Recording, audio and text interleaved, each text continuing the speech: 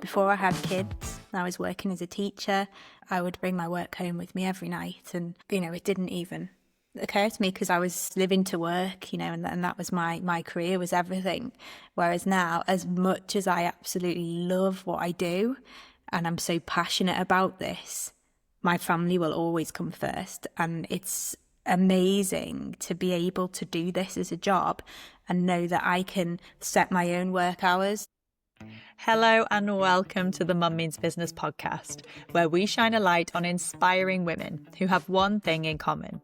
When they're not managing tantrums, homework, PE kits and play dates, they are busting their gut to create something from nothing, to turn their passion into a thriving business and build a better life for themselves and their families. We dig into what motivates devoted mothers to pursue entrepreneurship and how they integrate their work and family life. I'm Victoria Phipps, your host, and if you're an ambitious mum in need of some solidarity whilst navigating the messy middle of making your big dream a reality, then stick around. This is for you. My guest today is a qualified teacher, a cognitive behavioural hypnotherapist, hypnobirthing practitioner, and all-round specialist in pre- and postnatal wellness. Founder of the Relaxed Mama Club, she is passionate about supporting other women on their journey into motherhood and beyond, using a combination of yoga, hypnobirthing, and hypnotherapy. As a mum of two herself, Louise Lynch believes the journey into motherhood is a privilege, but she acknowledges that it can be a challenging one for women navigating this transition in modern society. She says, "The truth is we are a generation of women who have more pressures and expectations but less support than ever before. Social media inundates us with perfect images of blissful motherhood, bounce back post-baby bodies, wholesome, clean living and gentle parenting. We're expected to work as if we don't have a family and parent as if we don't have a job, often without the village that we're told it takes to raise a child. And as a result, so many of us experience anxiety, guilt, burnout, and problems with our physical health. If any of this resonates, then this conversation is for you." I first met Louise when I attended one of her baby yoga classes with my eldest daughter just as we emerged from the third lockdown in spring 21. It was a challenging time to be in your maternity era for all sorts of reasons, but I remember that those sessions were a lifeline. Louise, I can't wait to hear the full story of how your journey into entrepreneurship unfolded, and welcome to the Mum Means Business podcast. Thank you. I'm really excited to be chatting with you. Me too. So you started your business before you became a mum. So let's go back to the beginning of your story. What made you do it?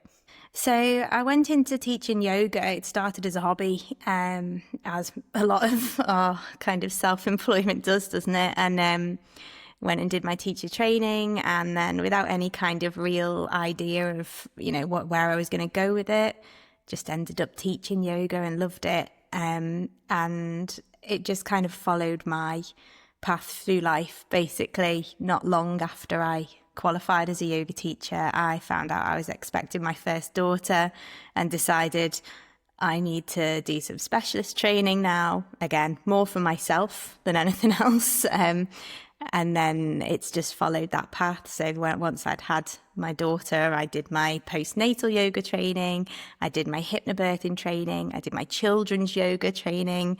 And I've just kind of followed that path through life and kind of matched my career to where I am at the moment.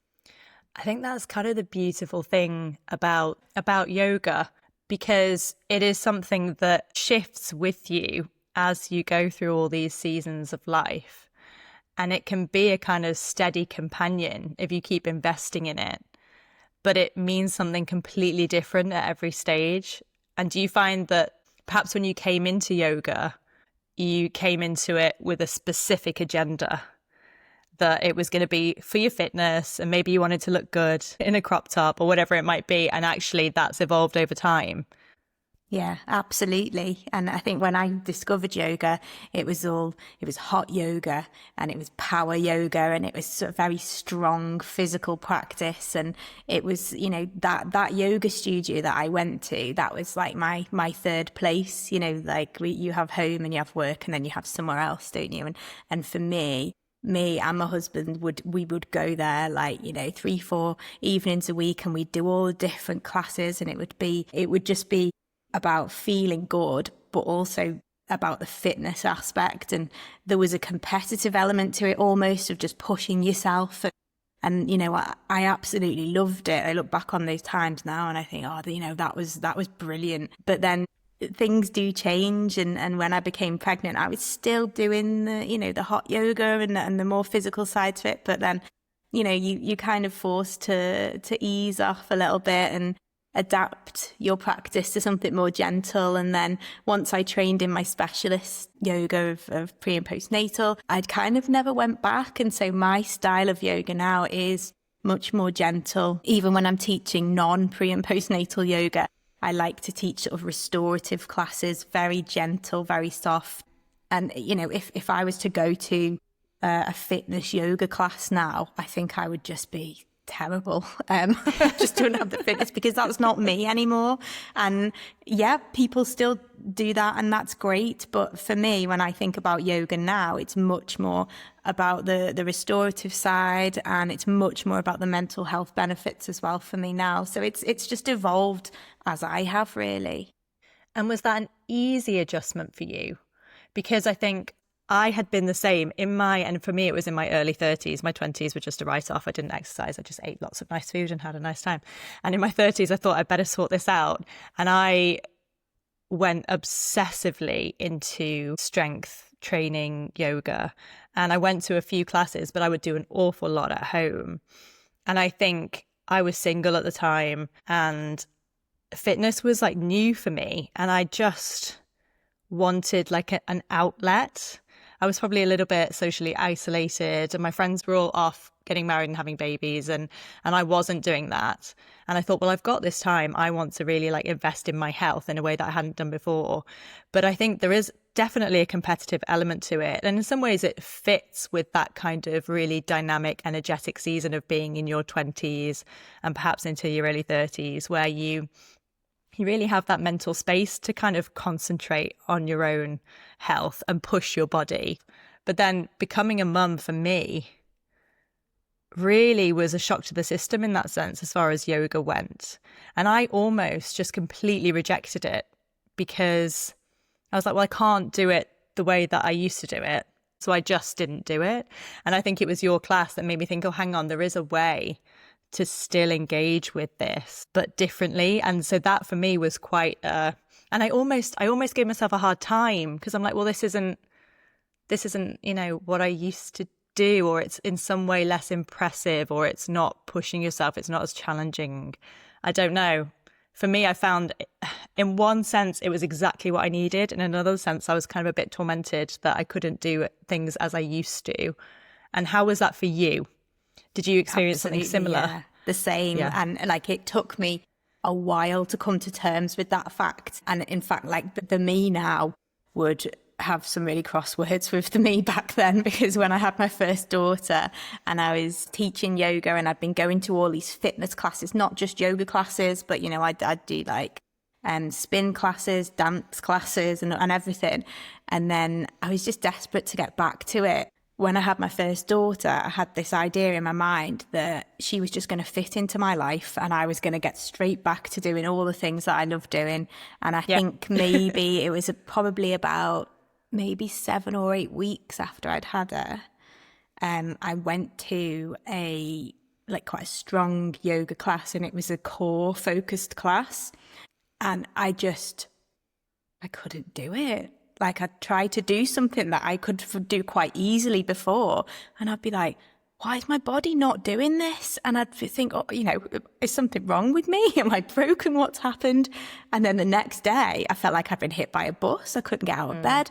And looking back now, I'm like, why did I do that? Like, I now understand that your body's completely changed. You can't just go back into doing those things. And yeah, obviously I did rebuild my strength back up, but I never really went back to doing those kind of classes again. I thought I might do some of them now, but back then it was a real shock to the system that I can't just jump straight back into that stuff anymore. I've got to adapt and be gentle with myself as well. And It's only, obviously then I did all of my specialist training, and when I had my second daughter, it was completely different. I was just fully prepared for just a really nice, gentle postnatal period. And I looked forward to going to those mum and baby classes where I'd sort of ease myself in gently. And it was a completely different experience. But yeah, first time round, it took me a while to come to terms with the fact that I just can't do that stuff right now. And that's okay. Yeah, but it's that thing about that's okay. I think it's so indicative of like the wider identity shift. Like you say, you have your baby, and newborns are very portable. You know, if you have a good birth and you recover, and you know, you can just sort of take them out for dinner with you and they'll just be asleep next to you. You can kind of carry on as you were. And that also leads into a bit of a false sense of security, because by the time they start crawling, it all changes again. But this wider identity shift where you have to give yourself grace, and like you say, it's so different when you have your first baby. You're just in complete shock and expecting these things of your body. I mean, you are a trained yoga teacher, but you hadn't been a mum before. If you had a client that was saying they really want to work on their core at 7 weeks postpartum, you'd be advising them something very different, wouldn't you? Yeah, I'd be like, no. Yeah, it's just lessons learned. So at what point did you think, I need to dig into this and I'm interested in specializing more in supporting mothers through that maternity transition with their health and with their yoga, and also managing kind of the emotional shifts as well? Because as we said before, you know, pre-kids, you really only got yourself to worry about. You don't realize how blissful that is really until afterwards. And then suddenly there's all this additional responsibility, anxiety over your baby's well-being perhaps, and all of that hormonal fluctuation. What was it? Was it your own maternity experience that made you think, right, this is something that I really want to dig into? Yeah, it happened organically. Like, I would never have thought of myself as working within this sort of sector, you know, years ago. Never thought of myself as kind of like a maternal type person. And I went into the whole kind of having kids in a very sort of practical way. And, you know, we discussed the pros and cons, and we're like, yeah, okay, well, we'll do it. But it was only after having children that it was just like this whole side to me just kind of emerged that I didn't know existed. And I'm just so passionate about it because I've lived it, and I've gone through that transition of finding kind of like the new version of myself and kind of finding my peace with that. And throughout that whole process, I had yoga there to help me through it. And around that same time, I trained in hypnobirthing as well. So I started to learn a lot more about the kind of like the anatomy and the physiology to do with pregnancy, birth and postpartum, and also the mind-body connection. So I started learning a lot more about the nervous system and the impact that can have on our recovery and on our birth and all of those things. And so as I learned more and more about it, I just kind of realized like a lot about my own experience, but also that I need to teach more people about this. It's such a shame that so many mums out there are going into this completely unsupported and like unaware of what to expect and how it all works, and without those tools to navigate through it. So it all kind of happened organically out of my own experience. It's always coming from a place of, I just want to share this knowledge with as many mums as I can so that they feel a bit more comfortable going through that transition, because it's a tough time for anyone, whether you're having your first child or your fourth. You know, there's always going to be a difficult transition because you are becoming a new person again, even if you're going from being a mum of two to a mum of three or whatever that might be. You are changing, and you go through that physical change, that hormonal change. So it's such a big shift for people, and it just felt the right thing for me to work within this area and support people during that period of their life. Yeah, it's one of those things where you find a pain point. The fact that you have all this knowledge of yoga and yet you still try to put yourself in that core strength building class at 7 weeks, thinking, well, actually there will be an awful lot of women. It's not something that's kind of covered in your NCT, how to exercise and care for your body afterwards. And especially if you have a traumatic birth, you are to a certain extent just left to your own devices to recover in a lot of circumstances. And you don't really have a great deal of advice and it's got to be kind of personal to you. You know, okay, at this point, you can start doing this sort of exercise, giving you tools so that you know when you feel ready to engage in that. You know, runners, you know, at what point should you start running again? All of that. And obviously you go onto social media and there'll be very prescriptive suggestions. I'm going to say suggestions in inverted commas as to how you might go and do this. I know I mentioned it in the intro that actually there are a lot of women, because there isn't the structural support coming from kind of wider institutions like the NHS, you know, you have your baby, there it is, good luck, off you go. And there'll be, you know, a visit from a health visitor and some optional check-ins that you can do. But women in those circumstances are looking to social media and they're going on Instagram. And how do you think that's making them feel? I mean, I have a bit of a love-hate relationship with social media. I think it's very much about surrounding yourself with the right messages coming from the right people. And because of the work I do, and there are some absolutely amazing people out there who are doing great work to try and change the narrative. And so, you know, if I look on my social media and I'm following all of those people, I just see real kind of like positive stuff and supportive stuff, normalizing all of this awful stuff we might go through as new mums. But that's me, and that's because I've spent years kind of like building up that relationship with social media. But I know that the vast majority of stuff out there is completely different. And I've spoken to a lot of my clients who've said like, or, you know, they're pregnant and they keep seeing this stuff on social media about how horrendous birth is and how painful it's going to be and you better just give up now and all this kind of stuff. I'm like, I can't believe that. I know, but I can't believe that there's like that kind of thing is out there, because I choose to very carefully select what I see on my social media. But I know that it's out there, and it's just setting these expectations which are absolutely ridiculous. And, you know, you've got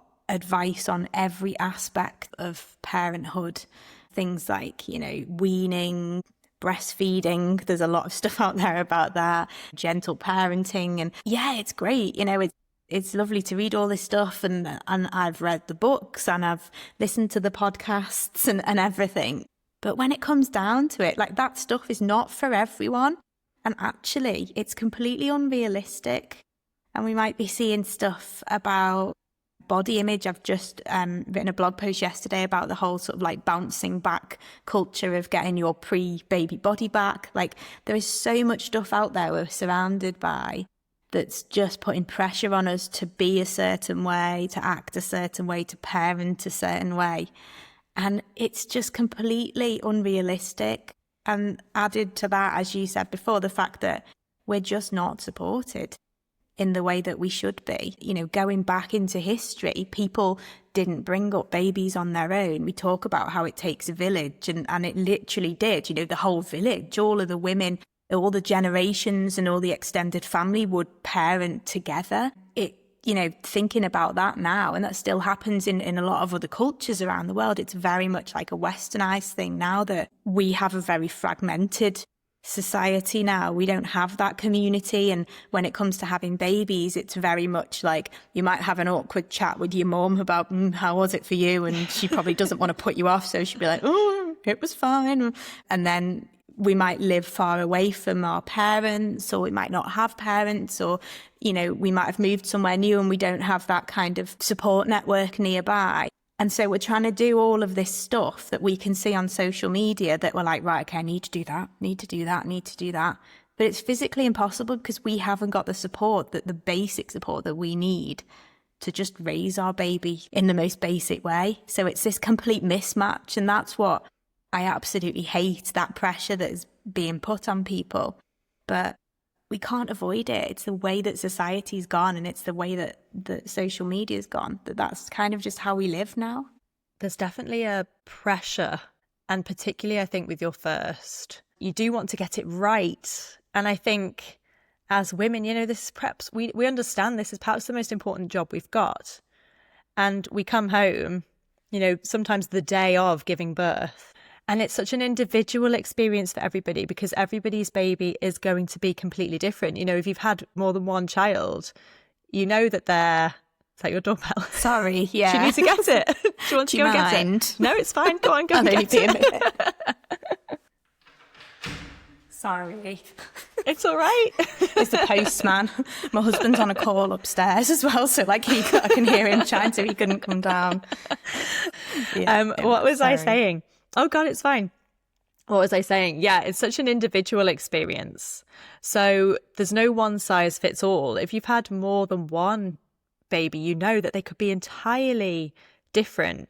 And so in that sense, really what I suppose we used to have, and like you're saying, what they probably still have in other cultures, is a really personal support, which is, I think, something that you lean into in your business, really, in order to help a mother, whether it's her first or her third or her fifth, like you say.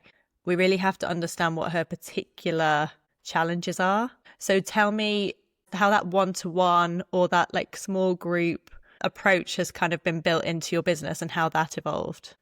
So I think the two things that I try and include in the work that I do is creating like that village, that community. And I'll do that through like group classes, like the mum and baby yoga, the pregnancy yoga, but also through my online community, my podcast, my blog and my social media. But then I also understand that there is a real need, as you said, for personalised support because we are all different. And so that's why the majority of the work that I do now is one-to-one. So I work a lot with individual clients, and a lot of the clients that I work with, maybe their work schedule means that they can't go to a group class. They can't join a pregnancy yoga class or go to the baby groups. I also work with a lot of people who really struggle with their mental health and struggle with anxiety and things like that, who just wouldn't feel comfortable going into those situations and, you know, making friends with other mums. And because it can be quite difficult just walking into that room in that baby group and not knowing anyone. So I work a lot with people individually, and what they need will be different. So because I have a number of different modalities that I work with, I'm a specialist yoga teacher, I'm a hypnobirthing teacher, I'm also a cognitive behavioural hypnotherapist. I can offer like a combination of all of those things, or some of my clients might just want to do yoga, or they might just need to do some hypnotherapy, but I can just kind of give them exactly what they need, because you're right, we all have a different experience, and some of us might find that we struggle a bit with our physical health during that period and need a bit more support in terms of supporting us through pregnancy, making sure that we're looking after things like if we're struggling with pelvic girdle pain and things like that. And then during the recovery period, if we've had a particularly difficult birth, we can help with sort of restoring core and pelvic floor function and things like that through yoga. And then other people have been very fortunate. They've gone through pregnancy and felt in perfect physical health and not really felt like they needed any support physically, but they might have struggled with the emotional side of it and that transition, the kind of the overwhelm of having a baby. All of these different things can really kind of build up. And so sometimes I work with people purely on that kind of transition into motherhood as a hypnotherapist rather than as a yoga teacher. So it's nice that I'm able to offer that variety of support, because we all need different things at that time. We don't all need exactly the same prescriptive service to help us through. Absolutely. You've got a lot of strings to your bow. And do you find that people come to you and it might be that they don't quite know how you can help, and that you have to take them through a bit of a consultation process in order to establish which of your skills you need to deploy in order to help them overcome the challenge that's kind of bogging them down the most? Yeah. I used to offer all of my services kind of individually, but now I just offer a one-to-one prenatal and postnatal wellness support service, which is quite broad and it can include any number of things. But it just means that people will come to me and we will sit down and we'll have that initial conversation, and then we'll do a more in-depth consultation. And from that, we'll kind of decide between us, what is it that you really need to help you to feel better where you are right now. A lot of people come to me for yoga but end up doing everything. And similarly, people will come to me for hypnobirthing and end up doing yoga and then starting the yoga practice and really enjoying it. So yeah, people don't always necessarily know what they need when they come to me. And that's okay. Like, you can feel a little bit out of sorts and just feel like I just don't feel like I'm thriving here. I'm just not doing as well as I feel like I could be. But I don't really know what it is I need. And that's that conversation we would have and realize like what support they need. I think that every woman who has gone through that motherhood journey will have had those thoughts at some point during any of those trimesters. And it's the hormonal, roller coaster of the whole thing. I just don't feel like me, which is pretty normal, I think. And that takes a long time to kind of recalibrate to a new version of you. But not knowing what to do to get you to where you feel you ought to be. And actually that step of reaching out and asking for help is so important. And it's one that a lot of women don't feel that they can. I think there's this we set such high expectations of ourselves that we ought to be able to do it. And we don't take into account, like you say, that sort of societal shift. Like, yes, for millennia, women have birthed and raised children. That is a given. But they were living, like you say, perhaps with that whole village to help and join in with, everything from like daily tasks to emotional support, all of it, cook your dinner for you, absolutely everything. Whereas now we're living in such an isolated world comparatively. I remember breastfeeding Alice while stirring a bolognese, like just, and just feeling like I just have to do all these things. And, if I was to have another child, which is very unlikely, I wouldn't be putting myself in that situation. But I think you have these expectations of what sort of mother you're going to be and that you're capable, so you ought to carry on and just try and do everything. And so is that part of the messaging that you have to put out on social media? I'm presuming a lot of your clients find you that way. Yeah.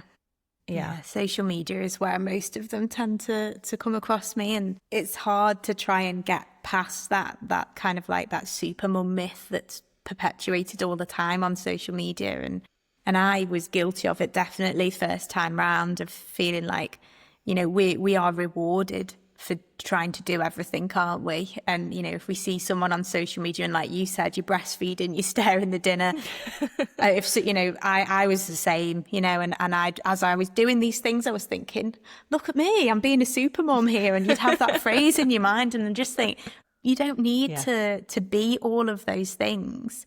Actually, it's okay to just focus on doing one thing, and that one thing is like keeping that little person alive, which is a pretty big job, to be fair. Yeah. Well, and asking your partner to stir the bolognese. Yeah. It's so bonkers. And I think there's part of it that's conditioning, particularly for women, that we have to be the support for everybody around us, and I'm like 2 weeks postpartum, had a horrendous birth, chopping carrots while bouncing the baby on the counter, which is probably not ideal. And I'm like, why didn't I just sit down and say, make me a bolognese? I want pasta bolognese, because he was just upstairs. I don't even know what he was doing. But I was like, no, I can do it. I've got it. And it's this whole like, you've got this thing, and you say it to yourself. And the thing is, you can do it because you are a superwoman, but you shouldn't in a lot of ways, because if you keep trying to do that, after a while, the cost will manifest somewhere. And like you say, that comes later in anxiety or in depression or in just a general sense of malaise where you've entirely lost yourself. And do you feel like you have to work quite hard to counter that supermum myth in everything you put out on social media? And how do you do that? I'm very conscious about the messages that I put out, because I don't want to perpetuate that myth any more than it's already being spread around. And, I just try and encourage people to celebrate the little wins and to accept that actually that whole phrase, like, you got this. It's okay if you haven't got this. Yeah, exactly. Yeah, I love that. That should be your next hook. Yeah. And because I just feel like from the day that we have our babies, we just feel like we're failing. Yeah. And also older women would be like, well, yeah, that's how it is. You know, the older women in your family will say, well, yeah, you know, you're just welcome to the world of guilt. You're going to feel that now. You're going to feel like you're not quite cutting the mustard. And we give ourselves such a hard time if we haven't got it right. And actually, I've been thinking about this increasingly as my eldest particularly is getting on. I say getting on, she's 4. But when you sort of transition into that emotional support rather than the kind of physical labor of raising babies, and just what am I showing her? You know, if I don't allow myself to drop the ball, and then if I do drop the ball and I beat myself up and I just get in a really bad funk, and, you know, am I emulating to her that we have to be perfect? Like, where do we break the cycle? And I love that it's okay if you haven't got this. I just think it's so full of grace. And what I love about your Instagram, I have to say, and I'm feeling it even now, like you are sitting in your soon to be new studio, this really beautiful clean wall behind you. I know you'll be filling it with things, but your whole presence is like very calm. And I think when you go onto social media so often, you feel like you're just being shouted at, you know, and our attention spans are poor. And so you do scroll and you flick through things, and it's just person after person who's shouting at you, telling you to live a certain way or buy this thing or entertaining you even. But it's quite loud. And actually, whenever you pop up, there's so much stillness.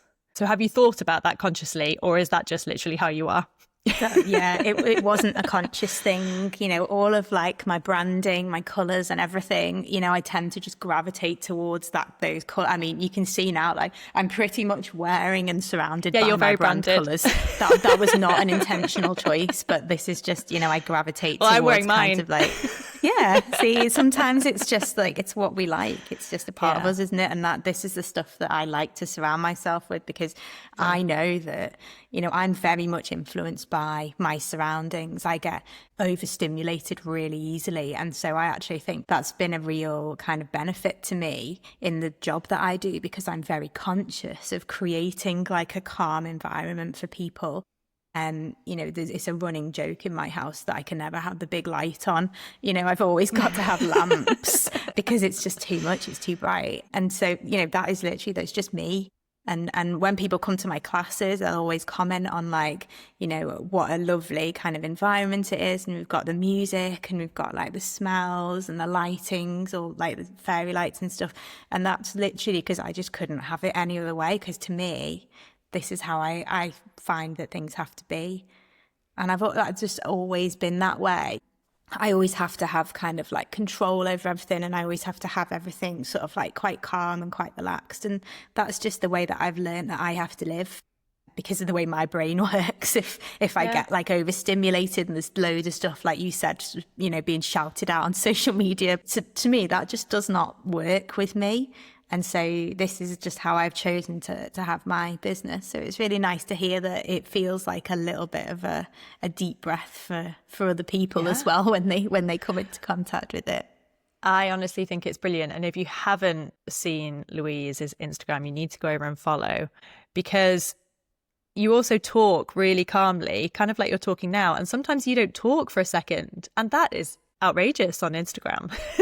I'm just like, but hold on, I'm listening to see what you say next. And it's such a good lesson that when we're marketing our businesses, we really don't have to subscribe to that heavy noise, that just in those small moments and details in the way we deliver our message can also really support that overall brand and that calm and that peace. Because that is really what you're selling. That's your transition. So you're taking a mum or a mum-to-be who essentially feels overwhelmed, whether that's manifesting as like an anxiety or a physical challenge or depression or whatever that might be. And you're just taking them to the space where apparently you live, which is this beautiful, calm, peaceful world. And I love that. I think it really just subliminally hammers that message home. And so give me an example of what transition you've been able to see in your business. So taking somebody who is feeling really stuck, just feeling really powerless, I suppose, as opposed to empowered. Becoming a mother can be a really empowering experience for some, but for others, it can leave you feeling quite shattered in all ways. What do the tools and the services that you offer people give them in terms of where they can expect to find themselves at the end of their journey with you?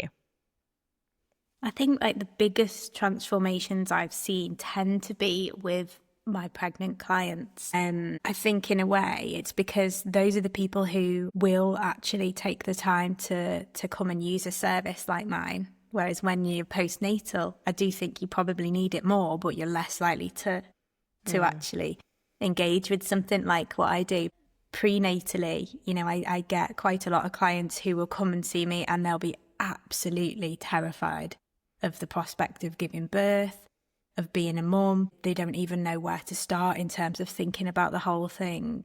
And just to see that those transformations, as they approach birth and then they're, when they're kind of like approaching their due date and they're like really pumped about it. And it's not just about helping them to feel more relaxed, as the name might suggest, but it's more about empowering them, making sure that they understand what their rights are and what their options are, and that they do have a choice in the whole process. Obviously, it's their body, it's their baby, it's their journey.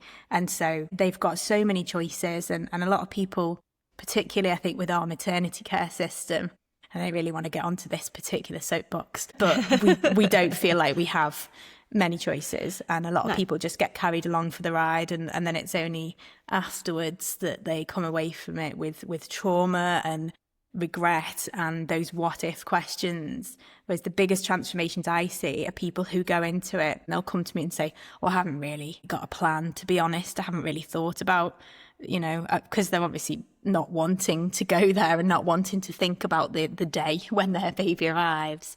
And by the end of it, they've decided that they're going to have a home birth or they're going to have a water birth, all of these things that they didn't even consider before, but they have become empowered to make those decisions. And then afterwards, they all get back in touch and they've had the most incredible birth experience. Those are the moments that make me think, yeah, this is why I do what I do, because it's amazing to see the people go from being just completely terrified to being really empowered and coming away from the experience, looking back on it thinking, yeah, I did everything right. And it doesn't always happen the way that they plan. So quite often those people I've worked with who are planning these lovely home births and this, that and the other, actually they may have ended up having a very different birth. Maybe they ended up having a cesarean or whatever, but they look back on it and they're like, it was the best experience ever because I was in control. I made those decisions and I know it was the right decision for me and for the baby. So yeah, great. Thank you so much. So it's not about how it turns out in the end. It's about that shift in their mindset. And that's the thing I like most about what I do. I imagine that is so rewarding because I think that element of fear and almost like absenting yourself, like, you're told not to be too prescriptive about what you want, which is, that's quite a message in itself. Don't want anything because it's probably not going to happen. It's a bit flat, isn't it? And it is very disempowering. And then that coupled with the fear. And I, just from my personal experience, and again, I won't overload you with detail, but I do think I definitely learned in my second birth that your mood and your sense of confidence going into it makes so much difference to the experience you're likely to have. And it's what you said before about that mind-body connection. If you're sending messages to your body that you're in control and it's all good and that you've got a plan and that you know what to do, then your body's not going to default into fear, which I think can trigger some really complex labor symptoms, which I think is what happened to me in my first. And even if you're clued up and you've done some research and you've been doing some pregnancy yoga, you can still go into it, become frightened. And actually hormonally, it's such a delicate balance. If you become frightened, even for a short time, it can just completely turn the tide of your labour experience. And you do end up absenting yourself and defaulting to the experts who, yes, of course, there are emergency situations where they know they have to take control. And it can be, a life-saving situation, and absolutely credit to the NHS for all they do when things get to that point. But I think there are like little hormonal triggers, and what you do, just taking the mystery out of it, because it is something you've never done before, especially if it's your first, and it's you've no idea and you can't not do it. Once you've committed, you're in, aren't you? And I think just going in with confidence, and also they probably have you just in their ears, if you've had that relationship with them. And I think that confidence that you're giving them must stand them in good stead as well for that whole 4th trimester period, in that they feel proud of themselves coming out of the labour experience, because that in itself, whether it went exactly according to plan or not, feeling proud of yourself and feeling like you did that the way you wanted to the best of your ability, does set you in a good position to start motherhood, because you're like, you just feel good, you feel capable, and you feel, like you say, empowered. And I think it's so easy for that not to be the experience. And I think there needs to be definitely more of that. So what is your ambition for your business in terms of what is the change that you want to see in this field, in this world? Let's go big. Wow. I mean, it's my mission to just empower as many people as I can through education, helping them to realize, both kind of like during pregnancy, educating them about how birth works, and then postnatally educating them about that experience and what to expect.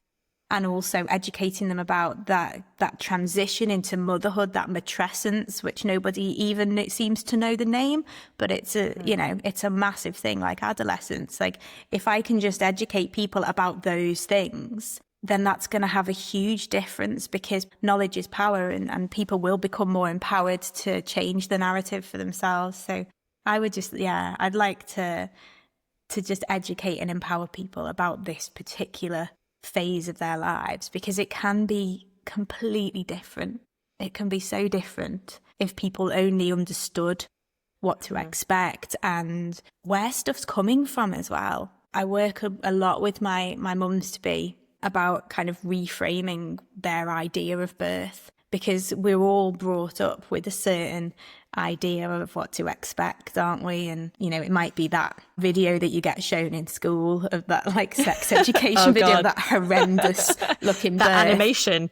Yes, and they basically, that I say, well, what's the message behind this? And because my training, I used to be a media studies teacher, so I'm always questioning, who's made this? Why have they made it? What's their agenda? And, what is the message behind it? Well, it was probably to stop teenagers from having sex, wasn't it? So they would want to make it look as awful as possible. And the same, when I ask people, well, what do you think of when you think of labour? And a lot of people will reference, like, when Rachel gives birth in Friends. There's like a few things that come up again and again. And I'd say, well, how did that look? Well, she was lying on the bed, she was in the hospital gown, she was screaming in pain, she was writhing around in agony. And I was like, how does that make you feel? And do you think that's really what it's going to be like? So we've got this idea in our minds from all of those things that we've been fed throughout our lives. We think, it's not a safe thing to go into. It's something to be feared. Yeah. So a lot of the work I do is trying to just change all of that and to change the narrative. That's really powerful in itself, because you're teaching people how to, I remember I had a history teacher, and she used to call it NOP, so like nature, origin, purpose. Like, so where it's how you like classify the legitimacy of the information that you're taking in. And, of course, Hollywood has a lot to answer for on this, and it's entertaining to see a woman, suffer, apparently. But you could go as far back as, the Bible. Eve was naughty, so because she ate the apple, women are going to suffer in childbirth for millennia. It's all her fault. It's just, this messaging is so ingrained in our culture, and it has been passed down through generations for millennia. And so to unpick that is quite a challenge. But I think in a lot of ways just to encourage women to think independently when they're consuming all of this barrage of content. You know, is this person on social media trying to sell me something? Yeah. Is this person, what's the point? Why are they telling me this? And is this serving me? And to be able to distill that for themselves. Yeah. I think that's really, really powerful. And that in itself gives women confidence to filter and to just take what is valuable to them and discard the rest. Yeah, hopefully that'll put them in good stead for going into motherhood as well. And like we were saying before, all of the stuff that we see online, putting all that pressure on us, if it just means that you consume it, but consciously and you know, don't take everything at face value, just question things. And that's something for me that's come out of my training as a media teacher. You know, I still, and people always say to me like, oh, does that mean you never enjoy watching films anymore? Or you can never actually just enjoy watching something on the TV? I'm like, no, of course I can, because, you know, you can choose to still enjoy stuff and engage with stuff, but there's always that questioning at the back of your mind. You're always slightly critical of, you know, just being aware of this is a constructed thing that's being put in front of me. It's been mediated, it's been selected for either your entertainment or to get you to buy something or, you know, to frighten you in some way. And as long as you're aware of that, doesn't mean that that's spoiled everything for you. You can still enjoy things, but it's a really important awareness that I think everybody needs to have. Yeah, definitely. I think especially in this day and age when content is just relentless. And I think it's a really good example as well of a transferable skill of yours. Because this is before your yoga journey, really. This is, I mean, you probably were doing yoga, but this is before you embraced that as a career. And actually, you would never have necessarily thought, well, that's going to come in useful in my yoga business.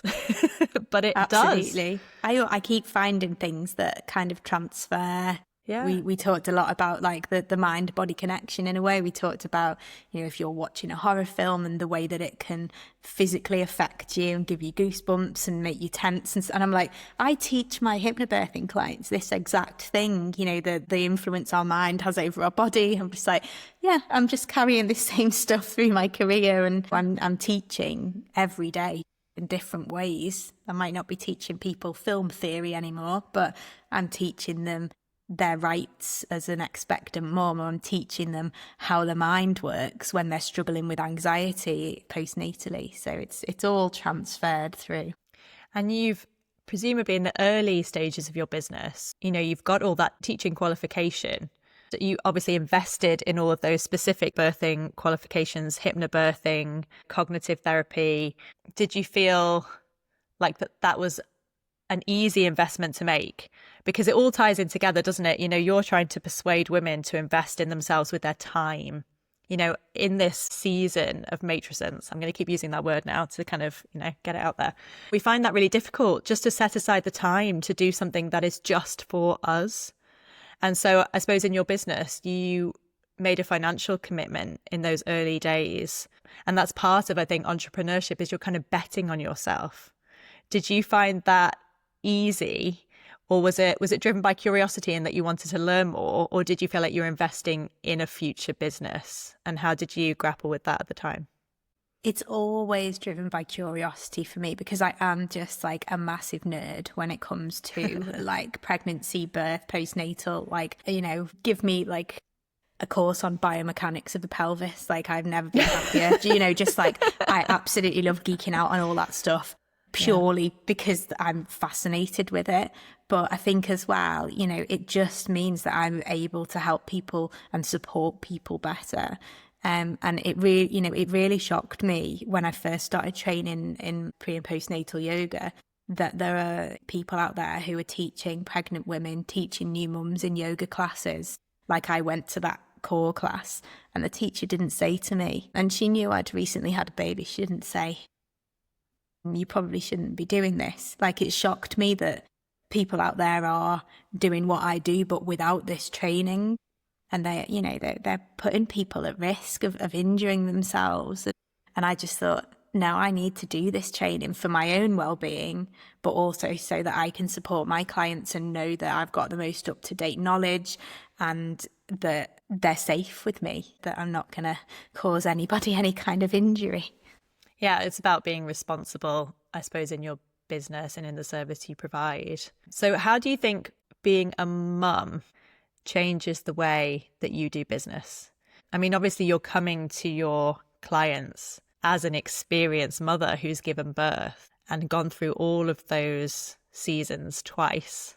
But being a mum in itself and raising children, do you think that that adds a different dynamic to the way that you are as a business owner? Yeah, it does. Like I've got that lived experience to bring to my practice, which I think is fantastic. For me, the priority is always family. And that's something that's changed. Before I had kids, I was working as a teacher. I would bring my work home with me every night. And, it didn't even occur to me because I was living to work, and that was my career was everything.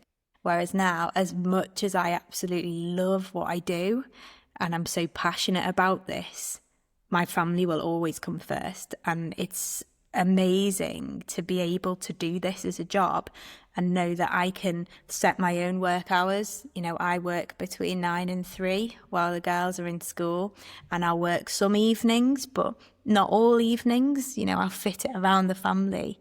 And I know that I'm really fortunate being able to do that, because a lot of people can't. They're restricted by their work hours. So it's an amazing thing to be able to do this, to have set up my own business, which gives me the flexibility to put my family first, and it always will be.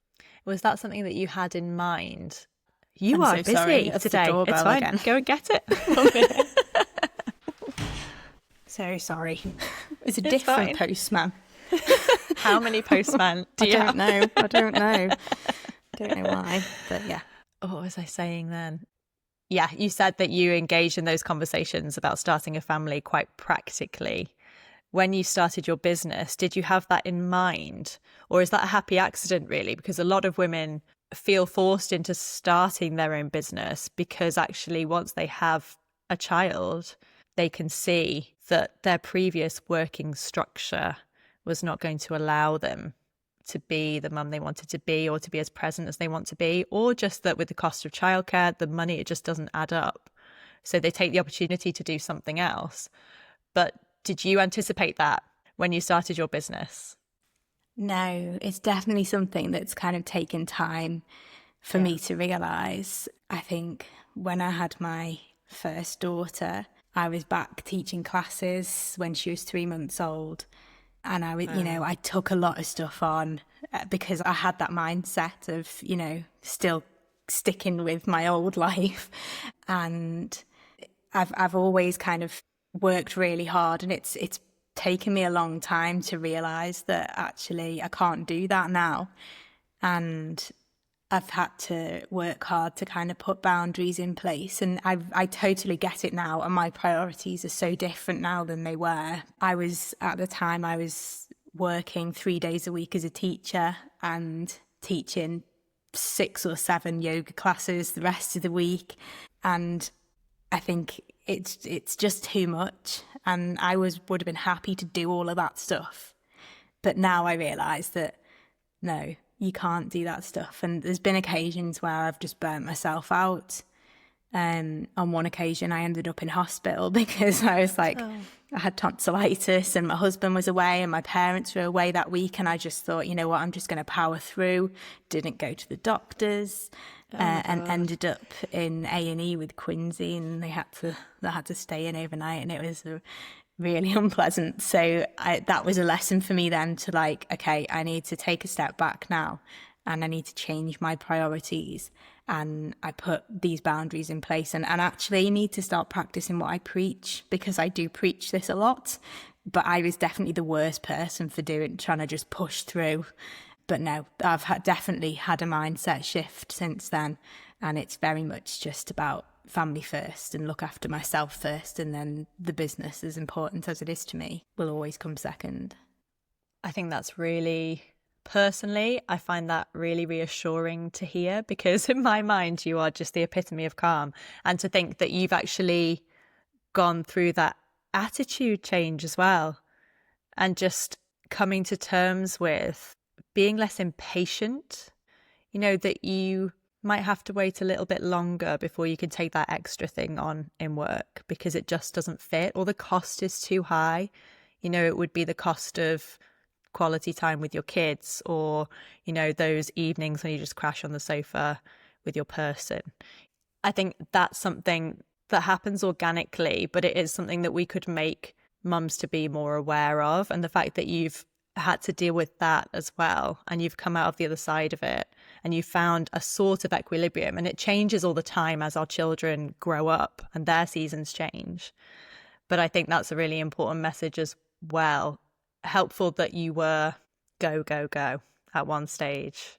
Yeah. And I think like I never try and sort of cover that up. Like, although I might come across as being very calm and like I've got it all together, like I'm also very honest on my social media about like the struggles that I go through as a mum. And you always say like you are your first client is yourself. Wow. As a therapist. And that, you know, that's why I do this, because I need it more than anyone. And like I get like the mum rage and I get the overwhelm and I get all of those things. I am just a normal mum. I don't believe it. No, I don't believe it. Yeah, you are your first client. That's so interesting. That's kind of a really nice note to end on, because I think we do just give so much of our energy to everyone around us. And as mum, that's kind of par for the course in one sense, but we have to kind of be mindful of how we're doing as well and just check in with ourselves. And I think that is obviously exactly what you're advocating in all of your messaging. And I think, I mean, it was COVID, so it was different. But if I could go back to my first maternity and my first pregnancy, I would definitely be advising myself to call you in advance, because I just think that it is about dispelling the fears. It is about just gaining knowledge, feeling like you've done what you can to prepare as much as you can. It's obviously all going to take its own course to a certain extent, but there are things that you can do to improve that experience for yourself. And if you come out of it feeling proud, then you are in such a good position to move forward and take on everything that motherhood's going to throw at you. And I think what you're doing is brilliant, Louise. Really brilliant. So tell me, with all this experience that you've had in your business and as a mum, what would you go back and say to your 8-year-old self? I think I would just say like to trust your instincts as you go through growing up and getting through all of those different phases as a woman that you go through. Yeah, obviously it's nice to be able to have support and guidance from people around you, but trust your own instincts, because you're usually right. So don't just try and kind of block those things out, but really tune into like what's your body telling you and what's your gut telling you that is right or wrong, and just listen to that more. That's a really lovely message. And it's about trust, isn't it? And in this world of noise, we can sometimes lose that faith in ourselves that we actually do know what might be the best path to take. Tell me where everybody can find you if they want to connect with you online. So you can find me on Instagram and Facebook at relaxed.mama.club. I'm also on YouTube as well. There's a few videos up there. And my website is therelaxedmamaclub.com. Brilliant. Thank you so much for your time today. I've really enjoyed this conversation. It's been brilliant. Thank you, me too.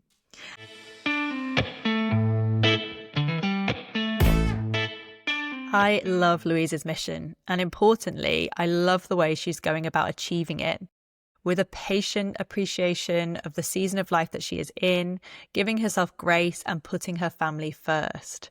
It's also good to know that she wasn't always that way. The fact that she too subscribed to hustle culture and hot yoga once upon a time and is so open about her own challenges grappling with the transition into motherhood is what makes her story so relatable, and in turn what attracts her clients. We are all mums trying to figure it all out as we go along, and that final message of tuning in with your body and trusting your instincts is a powerful one in a world that feels noisier than ever. Thank you so much for being here. I know your time is precious and I appreciate you tuning in today. If you enjoyed this episode, please subscribe, rate and review the podcast, because we want as many mums as possible to find us and join in the conversation. If you have thoughts, questions, love letters or even hate mail, please send them my way. I read every single message. For more resources and episode show notes, please visit our website at mummeansbusinesspodcast.com and find us on Instagram at mummeansbusinesspodcast for behind the scenes content and updates. Until next time, I'm wishing you only good things in life and business, and I will speak to you soon.